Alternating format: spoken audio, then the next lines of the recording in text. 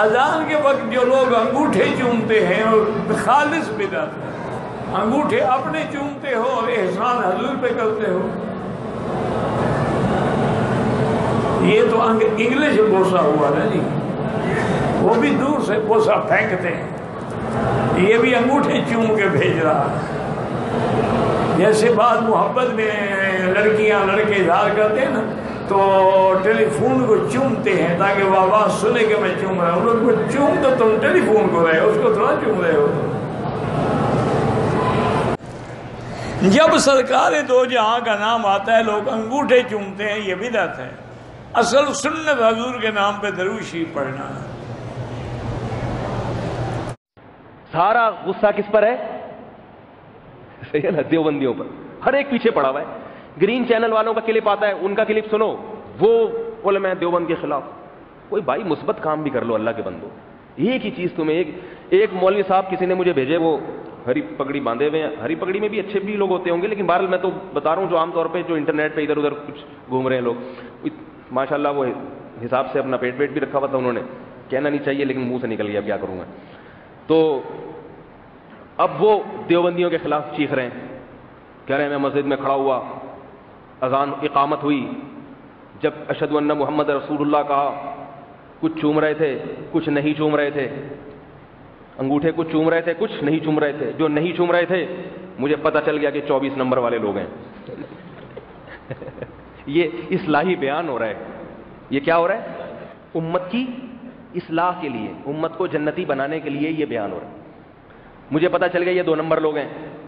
پھر وہ کہنے لگے کہ یہ تیجے 40 میں کوئی شریعت میں فرض واجب نہیں ہے، یہ آئیڈینٹیفیکیشن ہے ہماری، اس سے پتہ چلتا ہے کہ ہم 24 نمبر والوں میں نہیں ہیں، تو فرض واجب نہیں ہے۔ نیاز، تیجے کا کھانا، 40واں انگوٹھے چومنا، یہ فرض واجب نہیں ہے، یہ ہم اس لیے کرتے ہیں تاکہ ہم ان سے جدا ہو جائیں۔ ان سے مراد ہم، جیسے ہم کوئی غیر مسلم ہیں بھائی، تاکہ 2 نمبر لوگوں سے ہمارا کیا ہو جائے۔ تو میرے ساتھ کوئی بیٹھا ہوا تھا، بالکل ایک عامی آدمی، اس نے کہا کہ جب فرض نہیں ہے تو پھر کر کیوں رہا ہے؟ خود جب مان رہا ہے کہ جب نہ فرض ہے نہ واجب ہے، کچھ بھی نہیں ہے، تو یہ کون سی حدیث میں آتا ہے کہ جو یہ نہ کریں ان سے فرق کرنے کے لیے یہ کام کرنا؟ انگوٹھے چومنے کے بارے میں تو میں ایک بات کہتا ہوں، ہمیں ہمارے اکابر نے ان مسائل کو اتنی اہمیت دی نہیں ہے۔ اگر بریلوی انگوٹھے چومتے بھی ہے نا، چومنے دو، کچھ نہیں ہوتا۔ ہم ان چیزوں کی بنیاد پر بریلویوں کو برا بھلا نہیں کہتے، بلکہ ہمارے اکابر کا ظرف تو اتنا وسیع کہ اگر کوئی اپنے آپ کو بریلوی کہتا ہے تو کہنے دو، اس سے بھی کچھ نہیں ہوتا۔ عقائد اگر صحیح ہے، قرآن و سنت کے مطابق ہے، تو بھائی کوئی بات نہیں، تو شناختی کارڈ میں بریلوی لکھوا لے، کچھ قیامت کے دن دیوبندی یا بریلوی کے نام سے نہیں نجات ملے گی، جس ناموں میں کچھ نہیں رکھا، عقائد دیکھے جائیں گے، عقائد کیا ہیں آپ، تو کوئی بات نہیں۔ بعض معتدل بریلوی بھی ہیں، میں جانتا ہوں، میں بیان میں ایک دفعہ بتا بھی چکا ہوں کہ جہاں میں پہلے امامت کیا کرتا تھا وہاں بالکل ہماری مسجد کے قریب حکیم صاحب تھے، وہ بریلوی ہیں، بالکل صلاۃ و سلام والے اوریجنل بریلوی، لیکن میرا بڑا احترام کرتے تھے وہ۔ کبھی کبھار ان سے کوئی نسخہ وسخہ لے لیا تو پیسے نہیں لیتے تھے، کہتے تھے ہمارے بڑوں نے کہا ہے کہ مسجد کے اماموں سے فیس نہ لیا کرو۔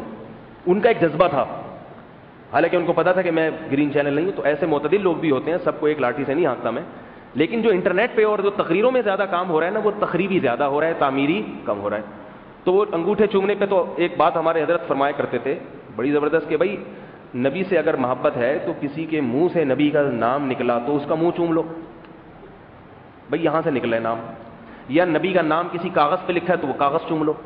نبی کا نام نکل کے گیا سننے والے کے کان میں تو کان میں گیا تو کان چوم لو۔ سمجھ میں آتا ہے نا؟ کوئی کان کا بھی محمد صلی اللہ علیہ وسلم کے نام سے کوئی تعلق ہو گیا، کسی نے کاغذ پہ نبی کا نام لکھی، یا کاغذ چوم لو۔